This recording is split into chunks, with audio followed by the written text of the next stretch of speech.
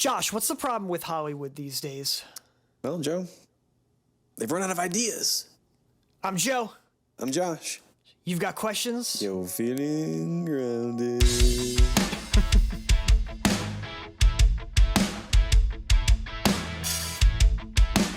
Welcome to Feeling Grounded with your hosts, Josh and Joe.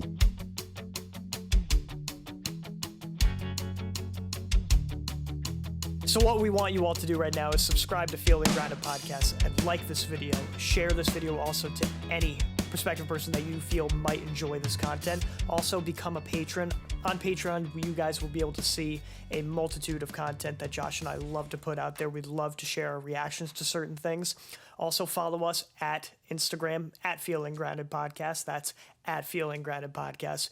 Please make sure also that when you're on YouTube, like this video, but also comment and put questions on there, because that's how a discussion and questions, and that will make you feel grounded. Amen to that. Entertainment. Where's the entertainment, guys? So, what's interesting about pop culture these days is that things are incredibly formulaic. Would you agree, Josh? Yeah, I would agree. Yeah. Sometimes, something comes out of nowhere every so often that takes the world by storm. In this case, it's the survival thriller show from South Korea, the TV show Squid Game. Mm-hmm. We already did part 1 for this, and this is part 2 of our series on Squid Game, part 2 of 2. So it was released about 2 months ago. That's back right. in September. Now, Josh, have you watched since or had any desire to? I've had the desire to, but I did not watch it. And I'm sorry to say that I did not watch it. I was going to, but then life got away from me. I agree. I totally hear you. Life gets ahead. There has been I've been your only advertising for this show, really. Speaking of which, there was no advertising for this show, like when it first came out. It was really just word of mouth. I started watching it 1 month ago with family. There's nothing attractive about the title Squid Game. That kind of turns you off, But geez, am I happy that I did watch it. It was probably the most tense experience since like early Walking Dead seasons. Oh, nice. Yeah. Pulling me in from the first episode. But it is gripping. It is a stark contrast from 95% of the Hollywood's crap these days. Right. Stark contrast. Yeah. I can see that. That. And that's why there's so much attention on it, I think, it's because it is so different from the typical formula of what we've been seeing in everything. Yeah. Everything.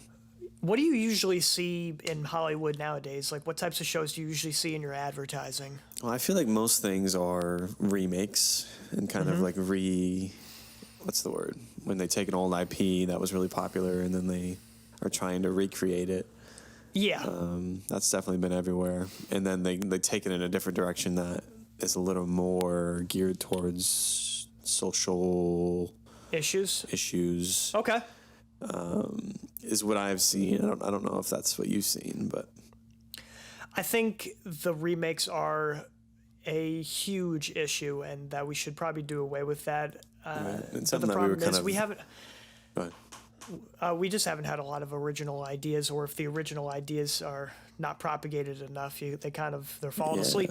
Yeah, I think we've come full circle. Didn't we discuss this on our first or second episode? Maybe the second episode of this podcast. We just discussed why everything they're all creatively bankrupt, and everything is just kind of taking what we had when we were kids and then turning it a little more politically correct through a remake that has more social stuff, kind of glued to it to make it seem better. It's kind of like they're trying to rewrite history. And in a way, yeah. Yeah, the but mistakes that they made, they're trying to or even the mistakes that they think they made. Yeah. And they're trying to change that. Yeah. Through all this new stuff. And it sucks because we want to be able to have something that we can escape from, and a lot of these newer interpretations are just reminding us of real life, and a lot of made the appeal of these earlier works or these original works, as we can see with Squid Game, is that it is a form of escapism that a lot of people have been flocking towards. Yeah, no, definitely. And you get this kind of a more interesting, kind of newer concept and idea, and like, you know, with different characters and different, like, you know, a different culture. It is exciting. You know, it's new. It feels fresh. Like, I can think of the last thing in my mind is like Stranger Things. Like, that was like so interesting. Like, the story was so new and it was exciting, and it was just kind of out of the norm of what you normally see in. But like how any thing that is created by Hollywood, or something good that is created by Hollywood, gets, you know, Tarantino'd into a certain way that is nostalgia baiting and becomes like a shell of its former self. No, exactly. I mean, that's how I feel. I feel very passionate about like the live action remakes of Disney. It's like they're like taking the good, fun things that we grew up with and then rehashing it to make it seem well, to get more money, and then also just to make it a little more PC or appropriate for the culture today. And that way it can kind of keep going. And anyways, but yeah. But to give you a quick recap of what's going on in the show, we focus on the main character. I said Jiwon last time, but it's Gion. That's his name. He's like a deadbeat gambler who's whisked away to this remote compound with other people from various backgrounds. You know, we got bankers, we got criminals, we got refugees, you know, men with terminal illnesses, but each have this common ground in wanting to get rich. All of them do. But it becomes clear quick that elimination in the game means death. So as the games continue, you know, tensions rise between contestants, alliances are formed as, you know, the stress sets in. And there's no restrictions on fights between the players, not including the games, which unplanned murders become, you know, a regular occurrence. Right. And it's interesting. I'm not going to spoil any of this for you, Josh. I thought about it because I did a little bit for that first episode, but I tried to Tarantino in this a certain way. You know, the show is so interesting. It doesn't become predictable or formulaic. New and challenging situations arise. You know, one game, because it's divided into 6 games in the show. One game might rely, you know, on patience, maybe testing the mind or testing the physical. You know, you never know what you'll be getting into as a contestant, or what'll happen beforehand. Should I partner up with the characters? Ask yourself, should I partner up with a strong person or a weak guy with a little bit more mental fortitude? You know, the women in the game, they have to play smart in the games, you know, utilizing words and brain power as opposed to, you know, lacking of physical strength. You know, you root for them in their ability to get ahead. It's satisfying. It's impressive, you know? Yeah, no, definitely. I could see that. Yeah. And a person who helped you in one game might not be able to assist you next time, or worse, doesn't want to. Yeah. So you got like all these different characters and personalities impacting decisions, you know, and there's a real hunger for having character-driven stories nowadays, you know? Yeah, definitely. It's not like the script needs things to happen. It's the characters that have agency. Yeah, exactly. And that's how it always should be. You know, that's what we want. That's what makes a good story and a good media content is good characters. Yeah, each one has like some separate motivation, or so to speak. You know, the thug or criminal relies on brute force. There's an immigrant that, you know, sees potential good in all. You know, you got the loose cannon who ruins relationships. And there's always some type of relatability with them, even if like you aren't them. You know what I mean? There's nothing more gripping than, I won't spoil it, but you know, you got episodes 6, 7, and 8. You know, it shows how far people go if you push them. And, you know, just like you and me, you know, people like, everybody lies and cheats like when they're pushed to a certain extent. You know, for Western eyes, like us, we want to recognize actors. You know, you got Matthew McConaughey, you got Jake Gyllenhaal, you got Jennifer Garner, I don't know. But we know those faces, and we don't know these South Korean actors. That's a great thing, because these people have been acting mostly, they act like average people, like us. You know, they really sell themselves, you know, especially how they act with difficult choices. And we're not bound down by knowing who the actors are beforehand. Yeah. Isn't that amazing? No, that is amazing. It is. It's like fresh. It's all new. And I think that's why it was so popular. This new, exciting thing that people could experience for the first time. And it was, you know, so different from everything else. Yeah. Is kind of what drove this success, I think.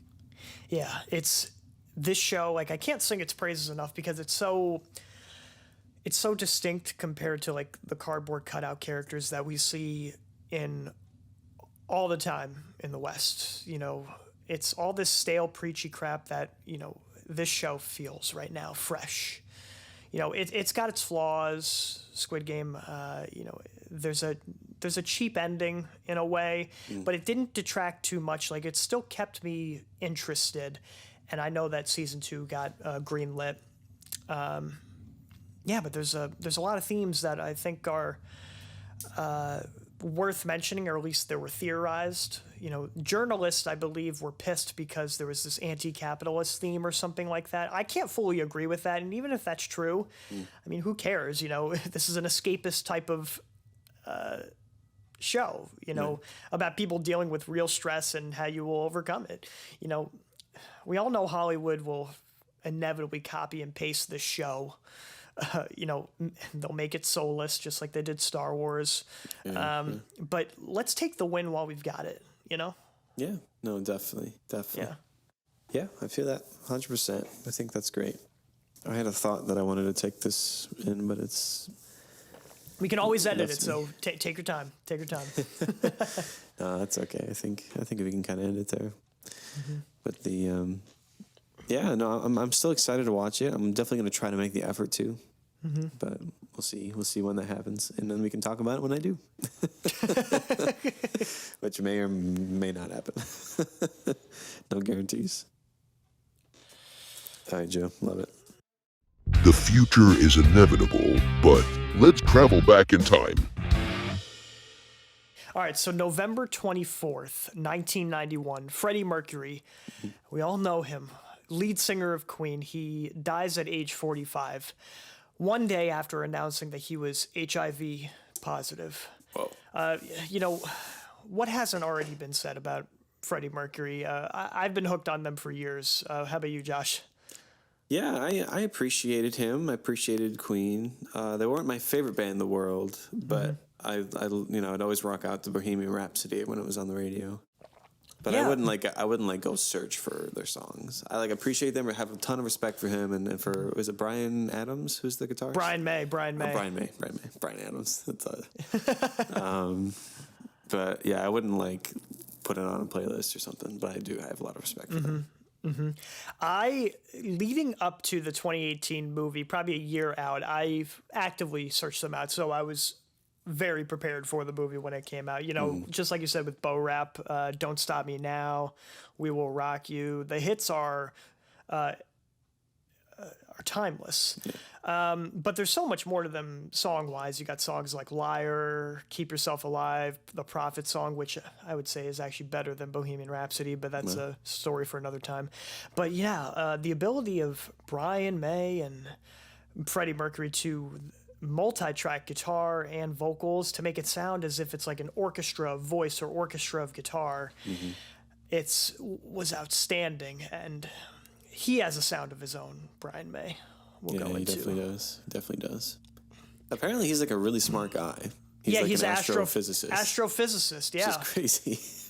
You were going to have Roger Taylor, the drummer, as a dentist. I believe also we had a science mind for the bassist and keyboardist John Deacon too. Oh, very cool. Yeah, they were whizzes.